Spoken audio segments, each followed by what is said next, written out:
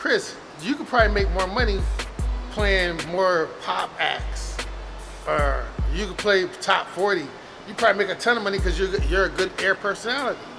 And I'm sure I could, but I'd rather stick with the underground. And people ask me why. Number one, when I first started doing this, I always knew there was more music on the radio than what we heard on the radio. And there's more artists out there than the ones we hear on the radio. Remember, at one time, Jay-Z wasn't on the air. Jay-Z was an underground artist. Busta Rhymes was an underground artist. Nobody even heard of Wu-Tang. Nas was barely known. I remember an interview I did with Nas when he came up here, the first time he came up here, and I hosted the show with him. He was like, yo, people on me like that up here in Rochester? And I'm like, yeah, you the next Rakim. And he just gave me this look like, where people think I'm like Rakim? I'm like, you got that kind of impact, son? And he couldn't believe I had said that. Now I stood there for like a minute absorbing what I had told him. And I was like, wow, he really got shook by it. I was like, but artists like him, and even today, there was a time where I had stopped doing hip hop for a while. Like the Southern Invasion, I'm gonna call it. A lot of, we had Bone Crusher, the dudes that did the Whisper song, I forgot what the Yin Yang Twins. And it was just a lot of Southern hip hop. Cash Money was taking over for the 2000s and all that. And it's just there wasn't much content. All we was talking about was money, how many hoes I could get. It's almost like it is now. So I was starting to get away. People wasn't listening to the lyrics no more. So I stopped doing hip hop. It wasn't until I went down to North Carolina and saw a group live that I had never heard of, but they was dope. They was on some New York type hip hop. And let's just say this, they had lyrics. They still had a Southern flair, but they had lyrics. And I ain't heard a group like that since Outkast.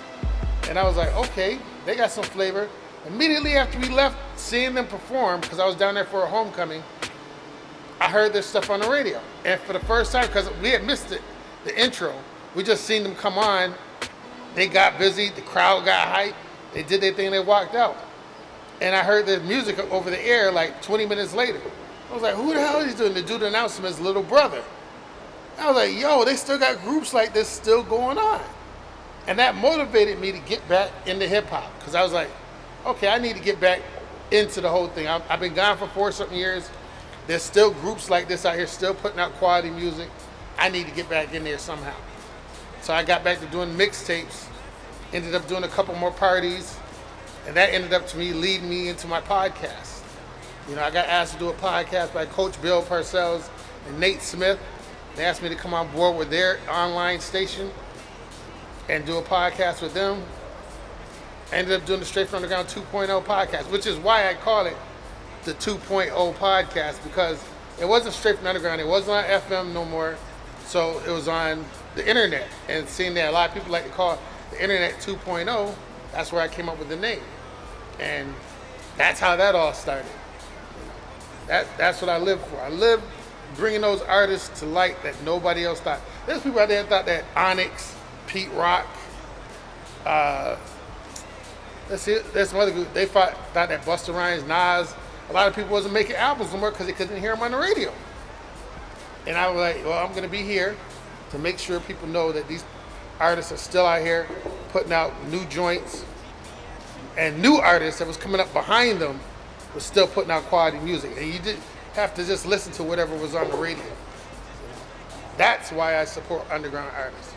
Because there's always somebody you ain't heard that's still doing up. And plus, we had a bunch of artists here in Rochester that wasn't getting no kind of play whatsoever either.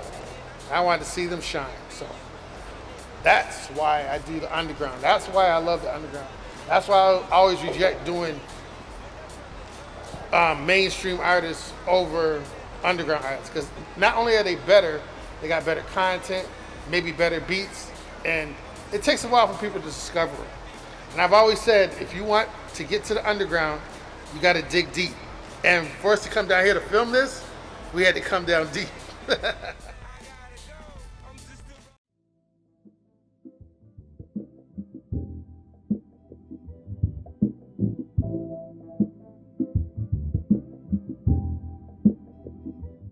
chill out, and just figure out how we're gonna do the show, me and Ev. And then back here, I remember there was a production studio back there. There is still.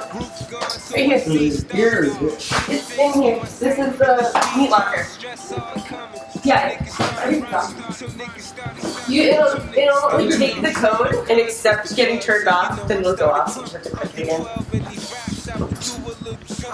Now, when Mobb Deep came through, right? Mark brought them in here, and then he recorded them back in the day, which is real cool, you know. So, I mean, this is the first time I even seen like mad recording equipment. You know, I just seen the board up front, and the board back then was smaller. And him just recording the demo that he did, that was incredible. It was real dope. Of course, I think that tape is now lost. I don't think nobody will find it again. Unless Green Lantern has a copy of it. I don't know what happened to that recording that Mike did. It was a nice little freestyle session. Back in the day, of course.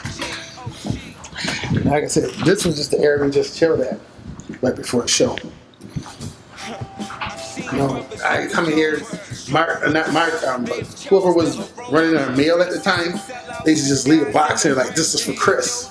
And I write down what, you know, do reviews, do all that stuff, go through what we're going to play.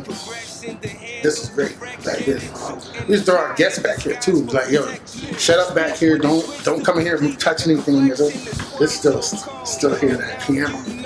Now, RUR, of course, is like one of the basis for the entire station. The entire thing I got involved in. Let me follow you guys through in here. Now here, we used to have this, I used to call this the news studio, or I used to call this where when people used to come through and freestyle, we have them in here. We put the DJs in here. We have them, they put their boards or they put their turntables up in here, connected to the machines in here. You come in here, Sean, if you want. You know, see the thing, look. We connected to the board. The board would come right to the main board.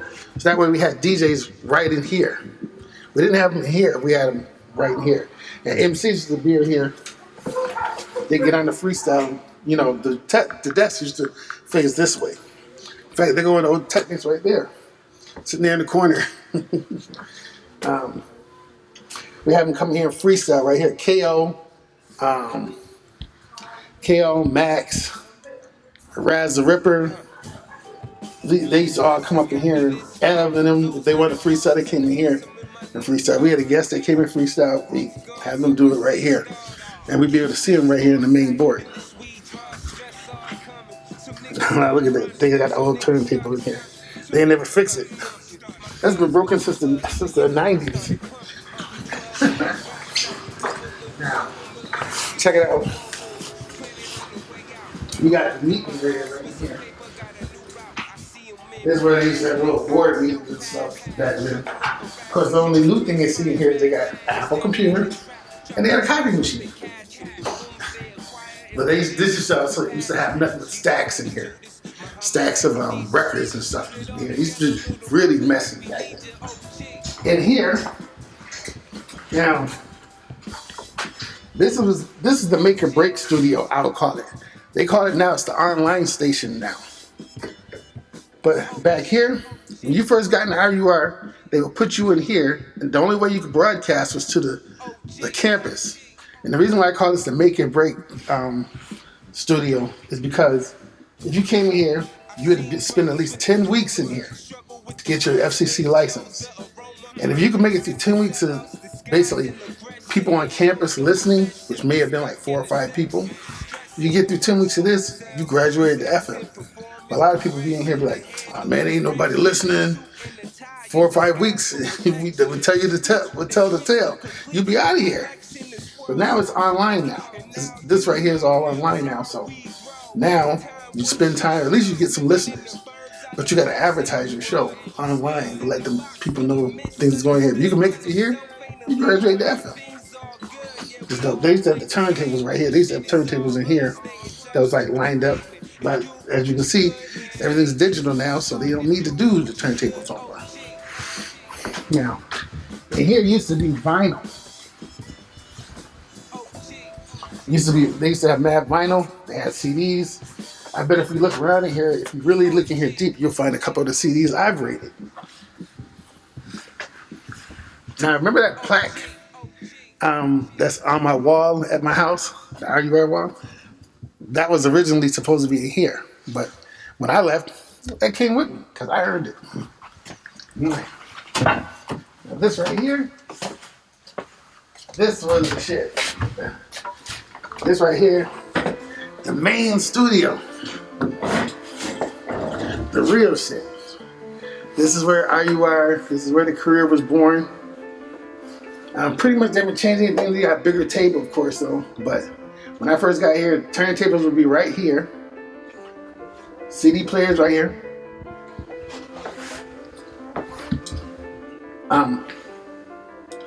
Let's see. The main board right here. And enough room for 2 or 3 guests. Now imagine this when I first got here. Coming in, Fitzroy would sit here. His girl would sit right here. And there's 5 other dudes. So that's how it was, basically. We have the monitors right here. We kick it right here. Ed will be over there. Any guests we have show up, they'd be over there too. So if like,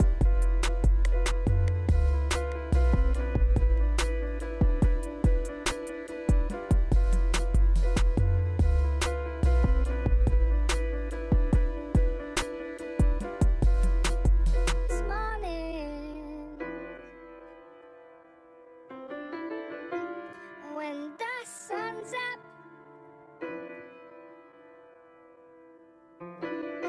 smoking in the lobby, yeah. Waiting for my name to pop up, yeah. Pop up. Do your Googles.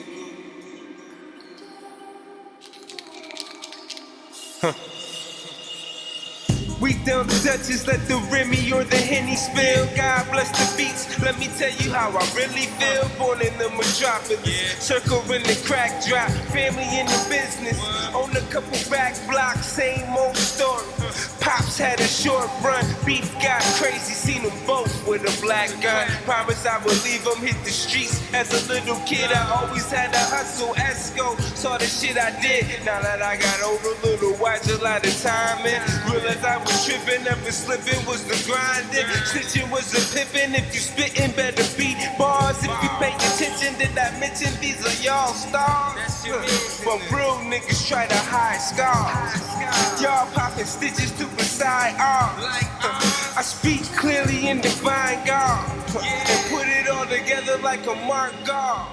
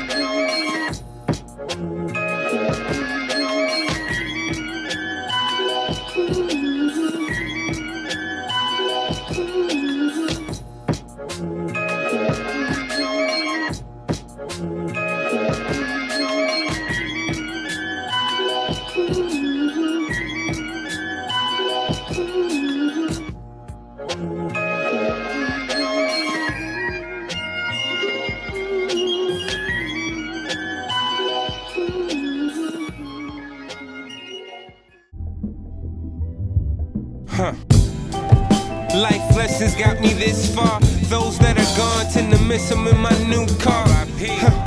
Roof gone, so I see stars.